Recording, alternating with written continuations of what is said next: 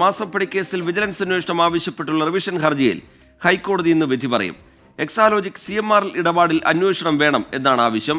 Muvattupuzha vigilance കോടതിയും ഹൈക്കോടതി single ബെഞ്ചും നേരത്തെ ഈ ആവശ്യം തള്ളിയിരുന്നു.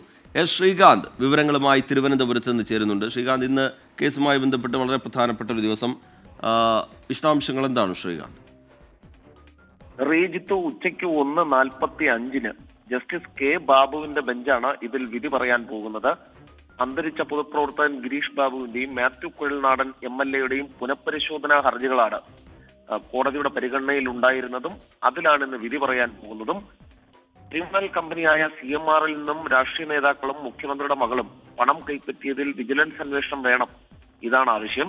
CMR-ൽ നിന്ന് മുഖ്യമന്ത്രിയുടെ മകളും മകളുടെ പേരിലുള്ള എക്സാലോജിക് എന്ന കമ്പനിയിൽ 1,72,00,000 രൂപ കോടതി നേരിട്ട് അന്വേഷിക്കണം എന്നായിരുന്നു മാത്യു കുഴൽനാടന്റെ ആവശ്യം. എന്തായാലും ഇപ്പോൾ മുഖ്യമന്ത്രി പിണറായി വിജയനെതിരെയും അതോടൊപ്പം മകൾക്കെതിരെയും രൂക്ഷമായ ആരോപണങ്ങളാണ് മാത്യു കുഴൽനാടനും അതോടൊപ്പം അന്തരിച്ച പൊതുപ്രവർത്തകൻ ഗിരീഷ് കുമാറും ഉന്നയിച്ചിട്ടുള്ളത്. കോടതി അതിൽ വിശദമായ വാദം കേട്ടു. ഇന്നത് വിധി പറയാൻ വെച്ചിരിക്കുന്നു. 1:45 ജസ്റ്റിസ് കെ ബാബുവിന്റെ ബെഞ്ച് ഇതിൽ വിധി പറയും. ഏറെ രാഷ്ട്രീയ പ്രാധാന്യമുള്ള കേസാണ് ഇത് ആദ്യഘട്ടത്തിൽ ഗിരീഷ് കുമാറിന്റെ ഹർജിയാണ് കോടതിയുടെ മുന്നിൽ ഉണ്ടായിരുന്നത്. ഇതിനിടെ ഗിരീഷ് കുമാർ അന്തരിച്ചു. പിന്നീട് സിംഗിൾ ബെഞ്ച് ഇതിനു മുൻപ് ഈ ഹർജി ഒരു തവണ തള്ളിയതാണ്.